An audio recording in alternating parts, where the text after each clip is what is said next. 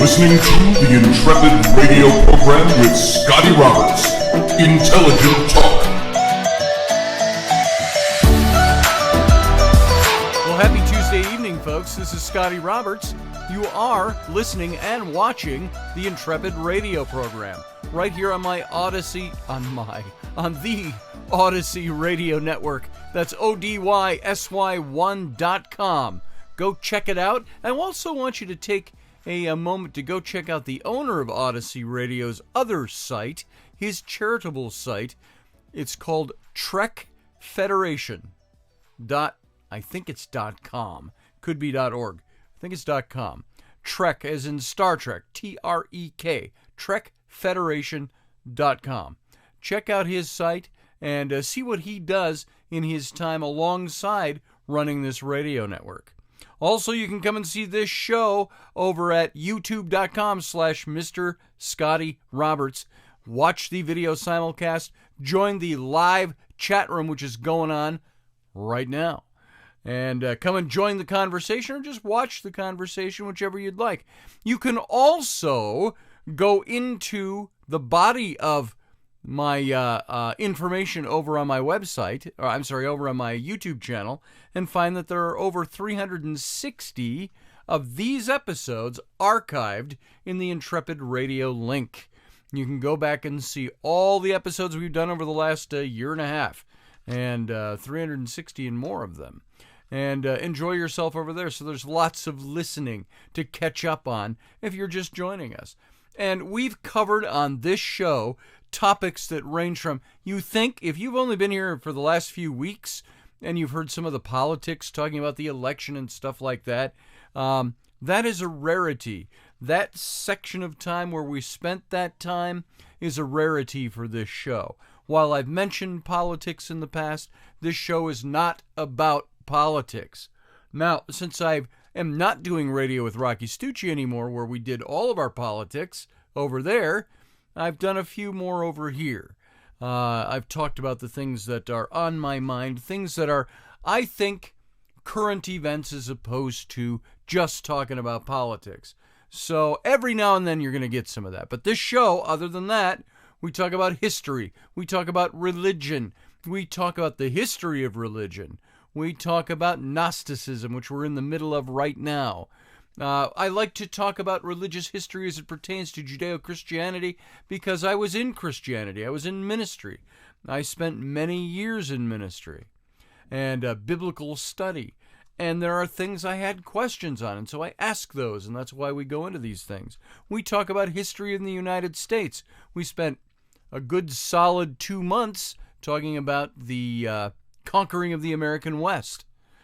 Things like that we like to talk about. Every now and then we talk about some paranormal weird stuff, unknown phenomenon, and archaeology and things like that. So that's what you come here for.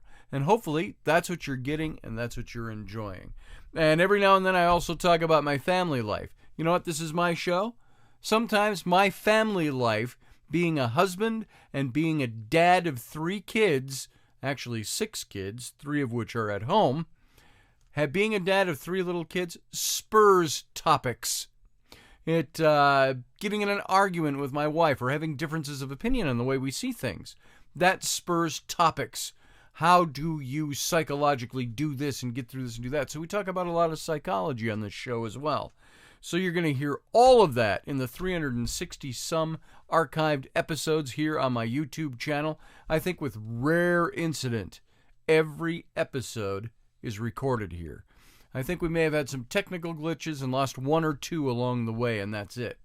So there it is. They're there for you to listen to. I also need to make this announcement. I'm going down to Louisiana on Saturday of this week, and I'm going to be down there for a few months, coming home on some occasions to visit the family and so on. But I'm going down and I'm working with a friend in his business down there to hopefully generate some good income that will help us get into the property and building the home we want to build and things like that. So we found that Rainey and I talked about it to great extent and said this might be a good way to accomplish that. And my oldest son, my 20-year-old boy, who lives down in North Carolina, I'm driving from the Minneapolis area down to North Carolina, then down to Lake Charles, Texas, or Louisiana, all over the weekend and early part of next week. And he's going to come down and work this with me, and hopefully that will be something that's very good for him. And so there might be a gap in broadcasting. I'm not sure yet. I got to go get set up down there and see how things are going to be set up, get my mic set up and my broadcast stuff set up and all of that. Won't have the fancy background, but it'll be a Louisiana background. And so that's coming up early next week. And so, folks, there it is. There's the announcements. That's all I got. Go check out my Etsy page, etsy.com/shop/sonofapatriot. You're going to see all the stuff that we offer up over there. All the garments I design. Everything you see there is a design I've done. And it goes on garments, on mugs, on hoodies, shirts, all of that stuff. So go check it out. Ask anybody here in the chat room who's gotten the stuff and see what they think of it. All right. Let's move into what we're going to be talking about. I want to spend as much time as we can on this.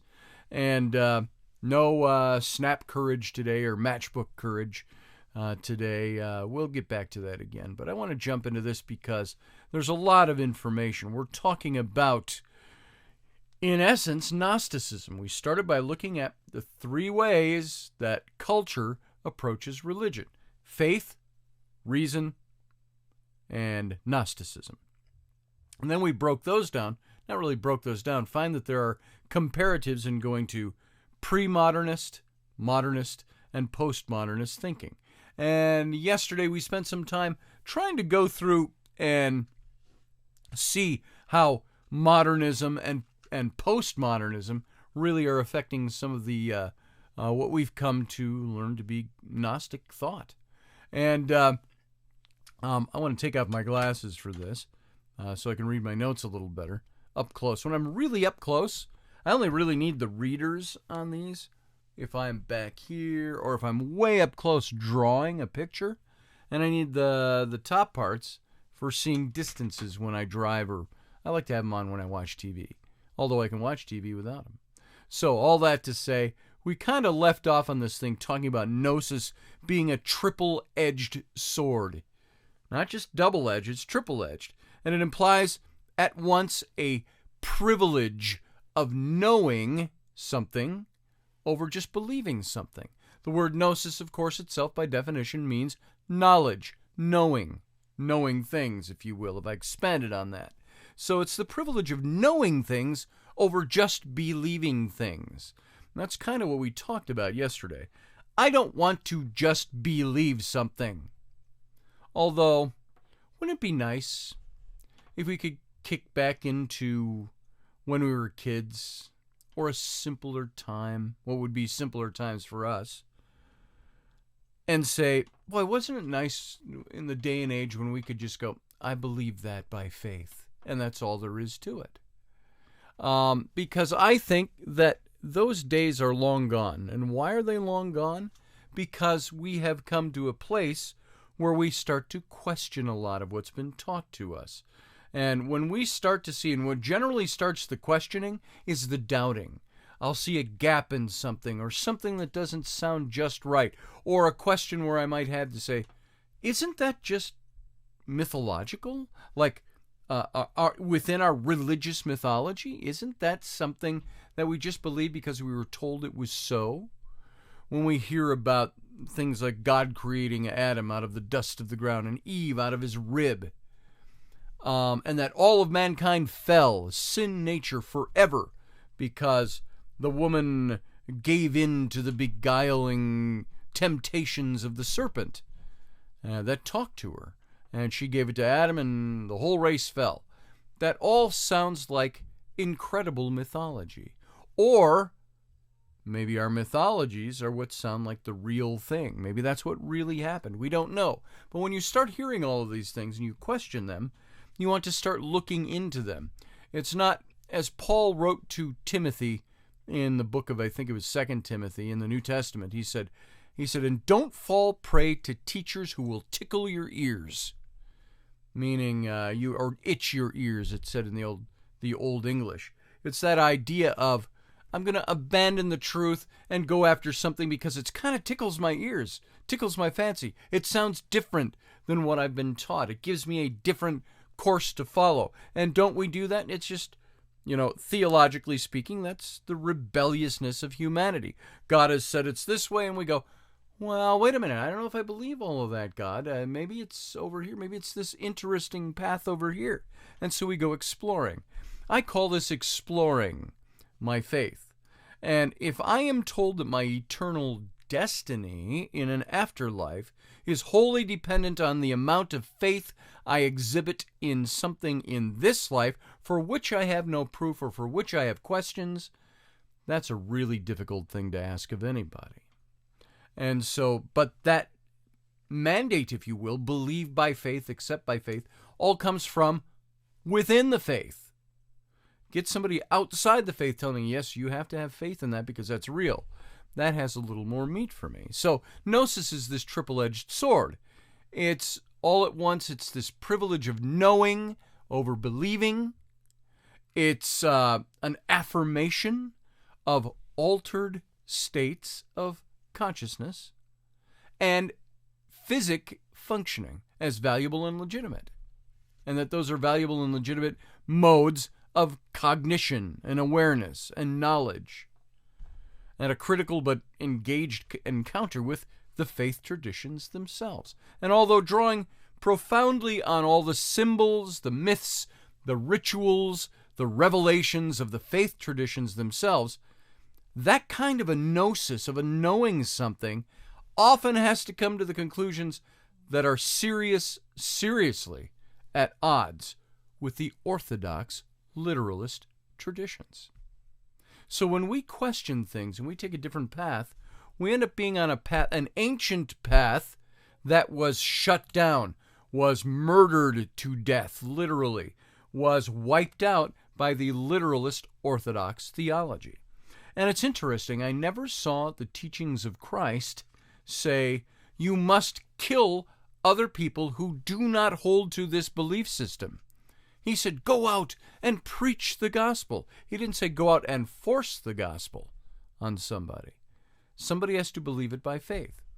And so when you see the literalist Orthodox Church in the mid-200s to the late 200s really start to take over, they formed the Inquisition later. They had all these modes, violent modes of forcing literalist Orthodox Christianity on the Gnostic thinkers, on the thinkers outside that box, the pagan thinkers, and so on. And so it's at serious odds. Gnostic thinking is at serious odds with Orthodox traditions.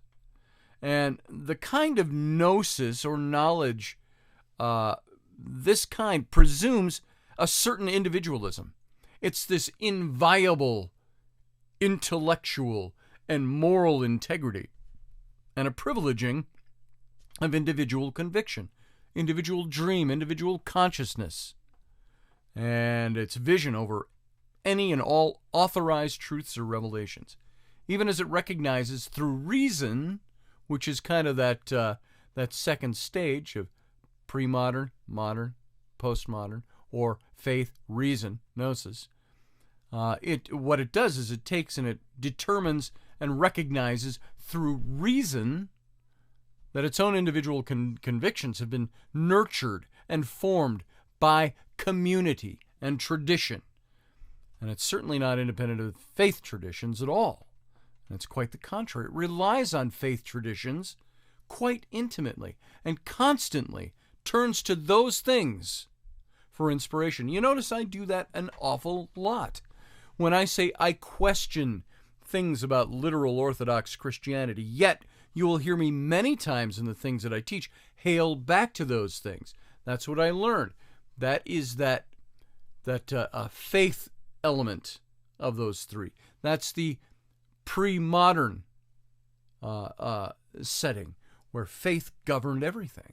We go back to that. We rely on that. We rely on it intimately. And we constantly turn to those things for the inspiration. But there'd be no study of religion without religion. Duh. But neither is it entirely dependent on religion. There'd be no study of religion if there were only religion. And so it bears repeating. I'm not arguing for a simple reintroduction of faith back into the discussion. Just simply saying, okay, let's bring it all back in.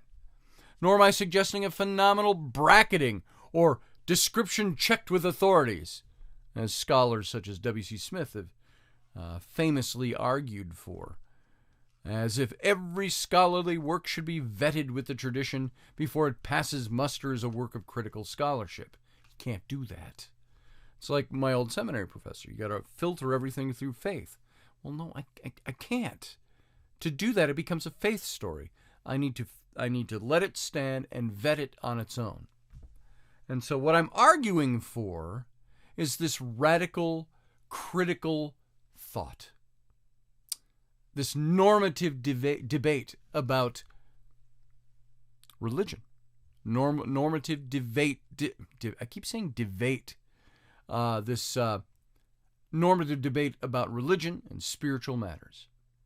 And it's linked to a deep appreciation for dialogue, talking it through with the experiential resources of the traditions themselves. From the Boston Catholic scandals involving clerical abuse to the contemporary Middle East with its innumerable religious violences, I believe that we have to stop operating within the comfort zone. If politically correct, illusion, the comfort zone. If politically correct, that's the illusion that these are not fundamentally religious problems. You get that? All of this stuff, these religious violences, this operating in a politically correct illusion that all of these things are not fundamentally religious issues. As numerous scholars have gone to great lengths to demonstrate, Catholic homoeroticism is a structural necessity of Roman Catholicism's insistence on celibacy and condemnation of homosexuality and an intimate dimension of its mystical and theological traditions. Not some modern blip on the historical screen that can be fixed through something as simple or stupid and cruel as banning gays from seminaries. That's pretty ridiculous. Banning gays from seminaries, by the way, in the literalist Orthodox Catholic tradition would empty the seminaries, I think.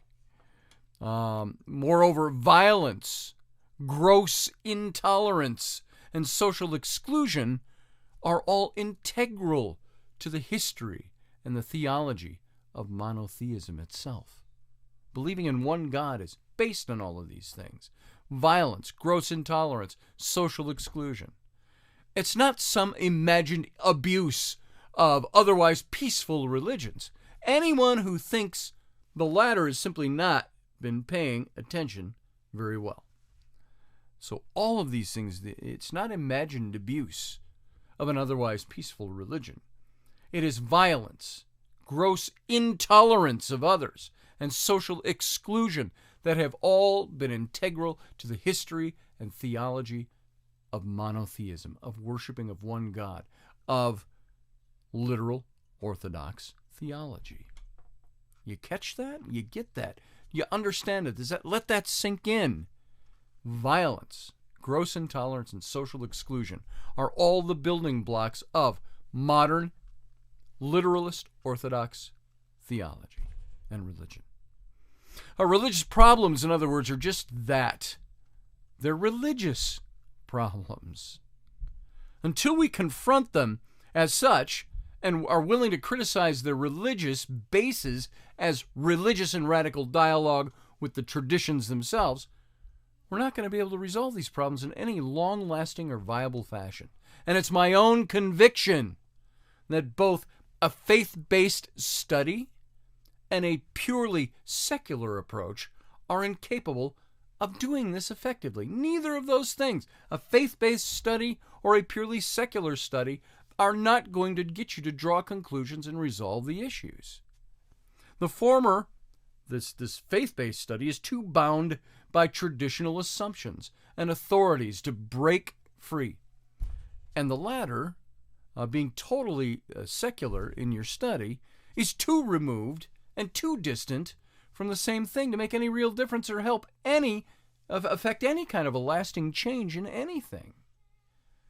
And of course, by saying all this, I'm presuming that this is an important issue, to come to terms with these things, to bring these things together. How do you bridge that gap that exists? It's like the gap between faith and science. And so it's no longer gonna do to set up an inviolable structural dichotomy between the insider and the outsider. That just doesn't do anymore. Or between the faithful and the reasonable. As if there were not insides and outsides within the traditions themselves. Esoteric teachings, for example, which explode naiveties of literal belief. As if outsiders didn't become insiders, and insiders outsiders. It happens every day. As if much of the inside knowledge were not, in fact, constructed rationally, and as if believers did not routinely use forms of reductive rationalism to deconstruct other religious traditions. Atheism, after all, is the usual prescribed position vis-a-vis the gods of other people. And so, mystically speaking, there's no final inside or outside. Nor can there ever be. So, it will not do, then, to set up the scholar of religion as some kind of distant illuminator of the benighted masses. Nor can the believer be similarly privileged as somehow closer to the truth of religion. It just can't be established that way. No, as something at once more intellectually radical, more religiously engaged is needed. Something approaching a kind of modern Gnosis, a modern Gnosticism, that is as grateful for the contemplative, ethical, and artistic gifts of the religious traditions as it is critical of their forms of false consciousness and even the lies that are told. That's where we're going to be for this first half. We've got to come back to this after the break. I hope you're getting this, enjoying this. Take off your thinking caps for a minute, have a cup of coffee, come back and join us in 2 minutes. Sit tight.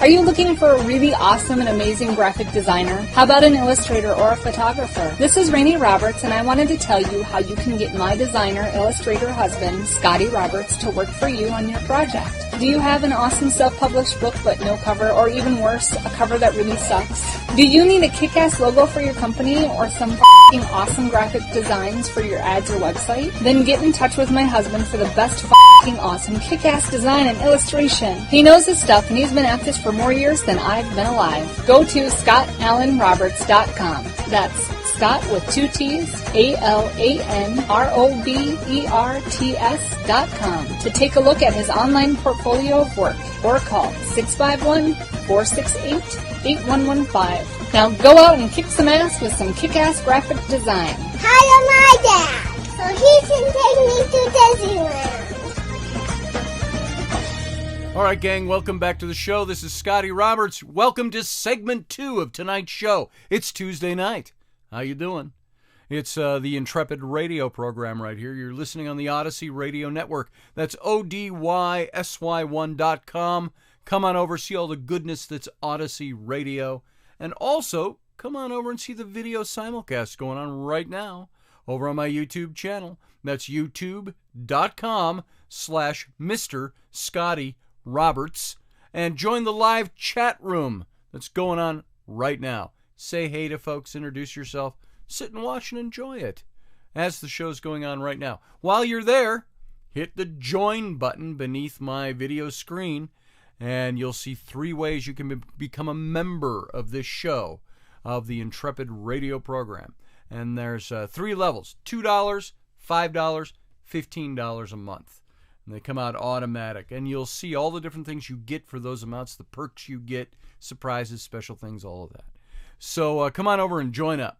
I'd appreciate it, and I think you'll appreciate it as well. Now, we left off talking about the things we've been talking about for a week. Gnosticism, the forms of religion that we have.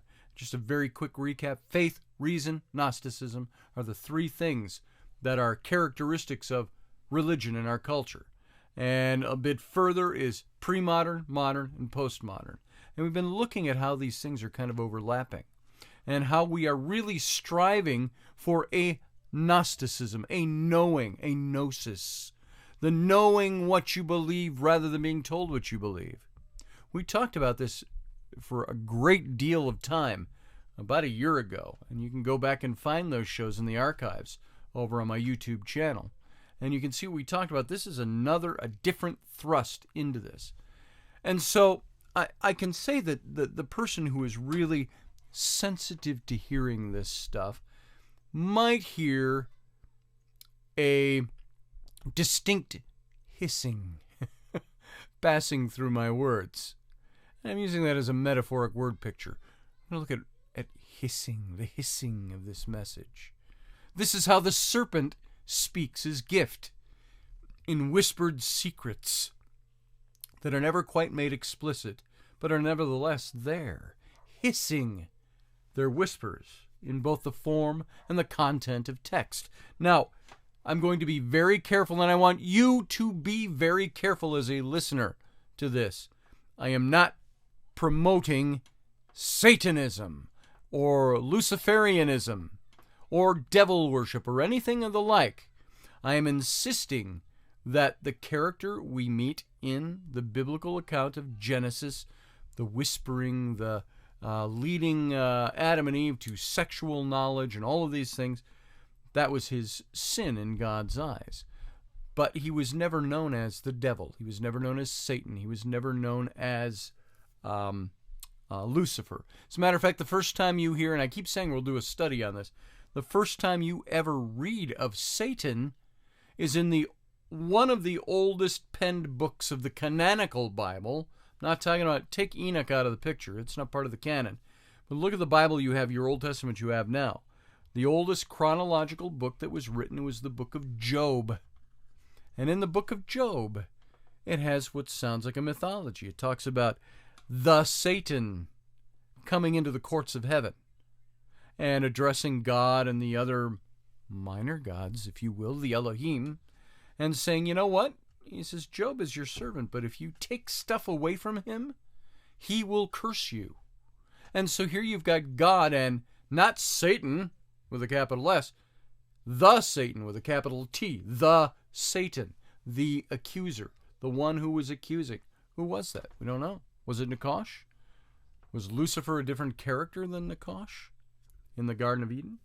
So all of this to say this, is that while I'm talking about the gift of the serpent, the things the serpent brought, we're flipping the story over on its ears to examine it and say, the things that the serpent brought to Adam and Eve, was it simply him tempting them to commit an act of disobedience against God?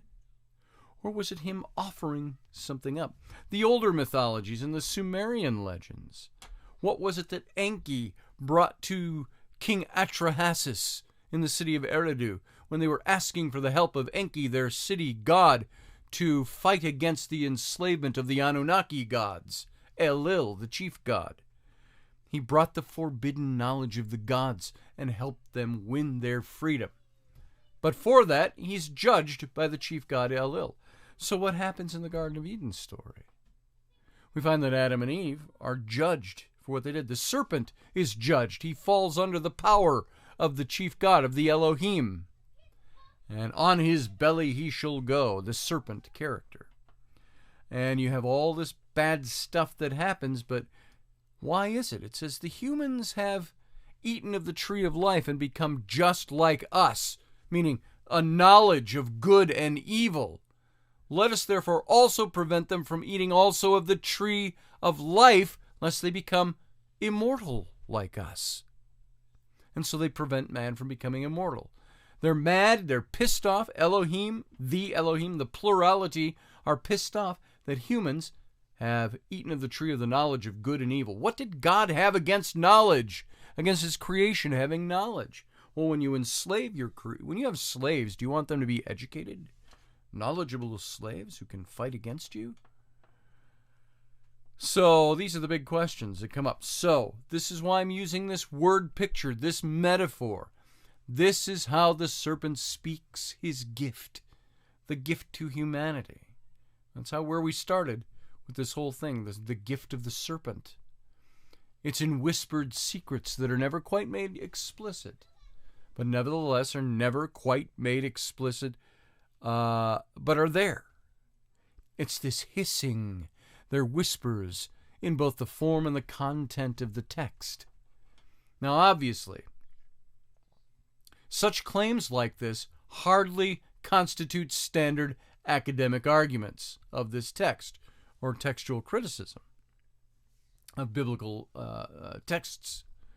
And in truth, I have no desire to engage in anything standard or traditional here.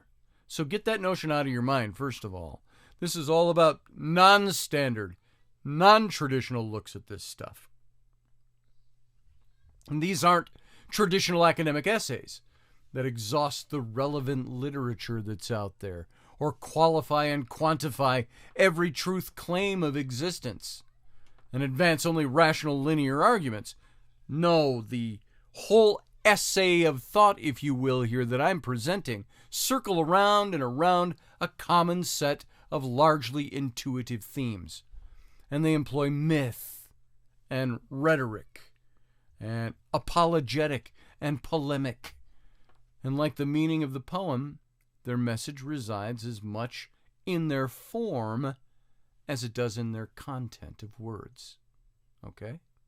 I'm reminded here of Catherine Clement, that French feminist philosopher who once wrote that, quote, I do not exclude meeting Freud, even less encountering Lacan, but it's not enough, or rather, it's not any longer enough for me, end of quote.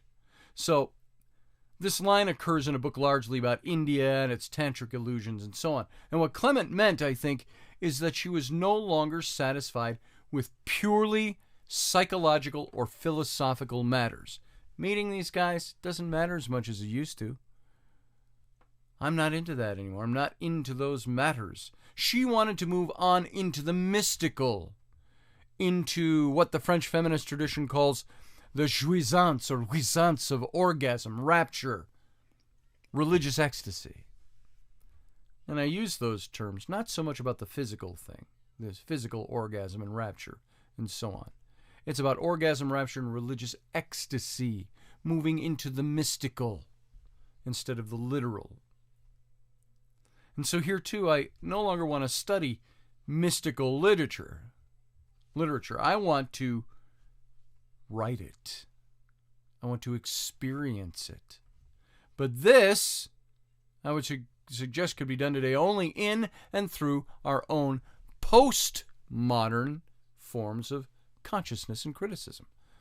There can be no return to some kind of pre-modern garden of paradise in our faith and our thinking and our belief systems and sexual innocence. There's no longer any way to go back to that.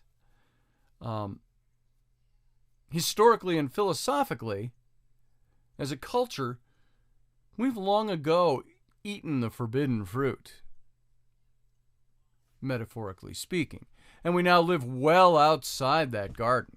My hissing, the things I talk about, the things I write about, embrace this fact as a mark of our maturity and our wisdom, not as a sign of some imagined fall from grace. I haven't done that. I'm partly indebted here to, well, there's many authors and writers and people I've read and listened to and talked about, but I think specifically, and I made notes on R.C. Zaehner, the Oxford Don and comparativist, from what I borrowed my own present titles on some of the things that we talk about, the serpent's gift and so on. I've borrowed some things from him, and I'm indebted to him in a sense that the serpent's gift is not the expression. It's from the Canadian psychologist and self-confessed mystic Richard M. Buck, who had understood Adam and Eve's fall not as a fall at all, but as a rise into self-consciousness, as a psycho-spiritual development from a primordial union with nature into individuality that could be completed only in the cosmic consciousness that Buck now heralded as the true Christ, in which he himself had experienced one winter night in a carriage on his way home from a poetry reading. Itself, I suspect, was energized by Buck's own homoerotic fascination with Walt Whitman, who he knew, loved, and revered. But the expression, the serpent's gift, for Zehner, and for me, to a certain extent, in other words, signals a specific type of modern mystical consciousness that understands itself as deeply rooted in and gratefully indebted to both modern mystical forms of awareness and to more modern forms of rationality and critical reason. Rationality, critical reason, awareness, all of these things are the things that make up what we tend to now believe. Did the serpent deliver sin, or did the serpent deliver enlightenment? How do we interpret that? Is what the humans did in the Garden of Eden, if that's a literal story, did they fall from the grace of God, or did they rise in consciousness? Maybe a little bit of both. So that's where the question comes in. Let me quote something from Zehner's writing. He said, "The serpent is the spirit of rationality. The immanent will inherit in the evolutionary process, if you like, which urges the human race to grow up." All right, that's what Zehner wrote about that. And to grow up is to leave the garden of innocence, of both our childlike union with the mother of the earth, and perhaps a bit later in our psychological development, if not natural history, our obedient submission to the Father in the sky. It's to accept as mature adults our individual existences as both finite and mortal, even as we intuit our deep hidden communion with the universe. Does that all sound very confusing? In a sense, what he's saying is, what we've interpreted in biblical theology, this faith element, is that it was a big wrong, a big bad thing, a big no-no. We've fallen out of grace with God because we took the serpent's offering. Another way to look at that is to say that the God in that scene, the Elohim, is the one who was holding man back and preventing them from moving anywhere. And it was the serpent who said, you don't have to stay there. You're not going to die. It's going to evolve you into something better. But does that bring a fall from grace with God then? Those are the things that fight against each other. And so, do we have to then, is it our psychological development that takes us to that idea that our obedient submission to the Father in the sky has been broken? Or is it to accept that we're mature adults and our individual existences as both finite and mortal, even as we intuit our deep hidden communion with the universe? And you know what? Our relationships with the Creator, with the Originator, doesn't have to change. But how did Genesis describe where we are now? It described the need for a kinsman redeemer, a redeemer to save us from our sin, which was brought on by the first Adam, and he is the second Adam. So Zehner was lecturing and writing on such themes as these in the 1960s and the 1970s. And 25 to 30 to 40 years later now, the contemporary historian of Jewish mysticism, Elliot Wolfson, returned to a similar idea in order to describe autobiographically what it felt like to encounter the serpent of philosophy. As a young man growing up in a New York Orthodox Jewish household, Psychology and philosophy were tempting him successfully from the safe garden of Orthodox Judaism, Orthodox ritual and belief. And he could never return, although he could give his years to the intricate study of the Kabbalah, the Jewish mystical tradition that dwells so long on the complexities of the divine bisexuality. I'm not talking physical bisexuality. The divine bisexuality, the paradoxical unity of good and evil, the reconstruction of the divine nature through human sexual practice and intentional acts of piety and prayer. Religious studies for Wolfson, then, is a kind of modern religious quest that paradoxically often removes one from traditional religious doctrines and communities. It's a knowing that ultimately renders one a permanent outsider, a wanderer on the edges of belief and faith. It's a being bitten, a gift, and an exile all at one time. So do you think that if you are born into or raised and learned your whole life in one tradition, one religious tradition, that stepping outside of that box and trying to think it through a different way, what makes that feel so dirty, so sinful, so outside the fold? It's because I'm stepping outside what I've been told is so. And when I say I don't want to be told what to believe, I want to know. That's what this is. But being in that position, putting yourself in that position to question things, puts you immediately on the loner who wanders around the fringes of the camp or the community. Just to step inside, just to step outside. And it's a gift and it's an exile all at one time. So that's probably one of the best ways to describe this, what I'm talking about. Now, let's move this into this kind of an autobiographical, pedagogical context, okay? Pedagogue. What's a pedagogue? Here, let's look up the definition of what a pedagogue is. Pedagogue. Look it up for yourself if you want. Pedagogue. It's a teacher, especially of a strict pedantic teacher.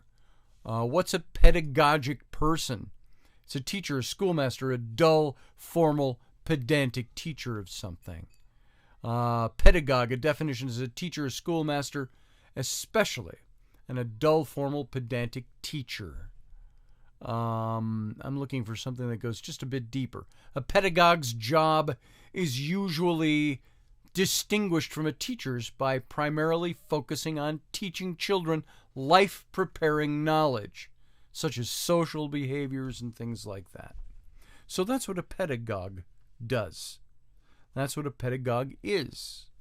And so I'm insisting here, for the sake of this lesson, that what we need to do is look at this autobiographical and pedagogical context to all of this stuff we've just talked about.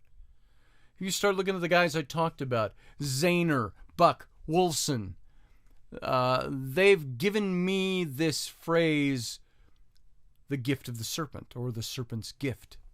And I'm not the only one who's thought that way. But it's also my own life of faith, reason, and gnosis that have filled in the specific meanings of that 3-word poem, the serpent's gift, and provided an authentic voice to utter it. Now, I've already talked about stuff like this an awful lot. I've talked about it before I knew I was even talking about it. And no doubt, maybe too much for the taste of some people. Much to the chagrin of my old seminary professors and youth pastors and things like that. But no doubt it's too much for the taste of many. You can look at your own mystical and sexual lives, and really the same life that are interwoven all together, and their intimate relationship to all the things you hear, all the things you learn. I've done that myself. I look at my intimate makeup and look at how it's been affected by the writings and the speaking and the teachings of others. I'm going to return briefly to that discussion a little later, but Not to dwell on the details, but to point out what a thorough mockery our life experiences sometimes make of the traditional distinctions between faith and reason. And it's worth looking at again, but not at this moment. So to begin with, I was introduced to historical, critical study of the Bible a long time ago, and also to psychoanalysis. I looked at all of those things. I thought, if I could be a minister, I could be a psychoanalyst, right? And so I looked into all of those things. I was in this, by choice, when I turned 11, the age my young son is now, I turned to fundamentalist, conservative, Baptist Christianity. And it was a faith encounter with reason built out of the faith context. But it was also a matter of life and death. It was something I needed to believe and learn because I knew that my soul was dying. And I knew I would someday physically die, even though it seemed a much more foreign a thing when I was 11. And so I want to say, I'm looking at some of what I have here, and some of this I want to get into, and some of it I don't. I deal with how my belief in certain elements of my faith led me into ministry, seminary. I wasn't Catholic, so I didn't go into a monastery or anything like that. But it was the virtual monastery of fundamentalism, if you will. Even though sex was allowed in proper times and places. So there was kind of this nocturnal gnosis, nighttime knowledge that would come. This faith and reason, health and interpretation were inseparable.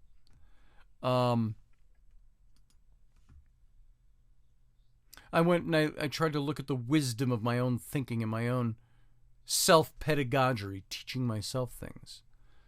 And so I went on to study, not intensely, but the history of religions and to write papers on them and articles, and now eventually books about my questions on religion. I've looked into on my own early modern Hinduism, if you will, Roman Catholicism, bridal mysticism, which is Catholicism, Sufism, Kabbalism, in the study of religion itself. Not in depth on any of these points. I'm not a scholar on any of these things, but I've looked at them all. And it was the reception of all of this stuff that finally obliterated for me any hope or separating or wish to separate faith, reason, and gnosis. As a pundit, if you will, to a certain extent, a writer to a certain extent, a speaker, a philosopher, a banderer about of these things, I employed this whole spectrum of psychological and historical methods. I was viciously attacked over some of the things that I believe. Not viciously in the sense of beaten with clubs or anything, but I got attacked for the way I think on things. Then I get attacked from the other end as well. I said when I wrote my books, I said I'm going to be equally hated by Christians, Jews, Muslims, atheists, scientists, agnostics. All are going to equally hate me for this. And my publisher said, good. That's what we want. I refuse to accept the notion that religion should set the ground rules for the practice of the way I conduct my scholarship. And warned the field of the specter of ideological censorship, which soon followed and is still with us. It's still here now, and I fight with it all the time. Ideological censorship. And so there's all these things I went through to try to establish who I was. I spoke openly about what I believed. I said that sometimes the tendrils of my old faith come up and grab me, and it's hard to break free of that sometimes. You can look at talking about the mystical, the mythical. I've insisted on putting psychoanalytic and Asian tantric systems, if you will, into creative, even metaphysical dialogue. I've described and analyzed my own ecstatic and visionary experiences that I've had. Talked about visions and things that I've had, experiences I've had that have molded the way I think. And I've done this in extensive detail. I've suggested that some of the most creative theorizing in the study of religion has been catalyzed and guided by the mystical experiences of the scholars of mysticisms. And those in the academy who hold up reason and socio-political reductionism as the only legitimate modes of discourse in the study of religion, I represent much that it is wrong with the discipline. And all that fuzzy talk of mysticism, all that emphasis on experience, all that insistence that there really is something unique about studying religion, that everything cannot be explained by either Karl Marx or Michael Foucault or Sigmund Freud even, for that matter, or Adler or Carl Jung.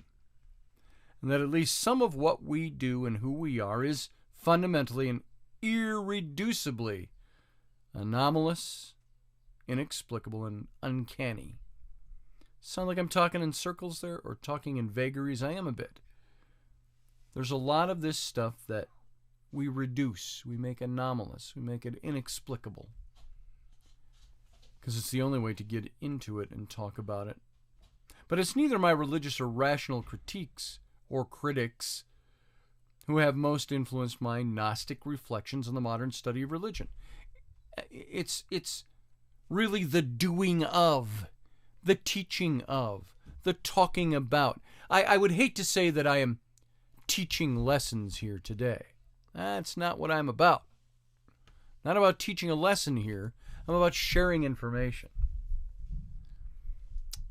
So there's a lot of people that don't accept or understand what I'm trying to communicate. They know.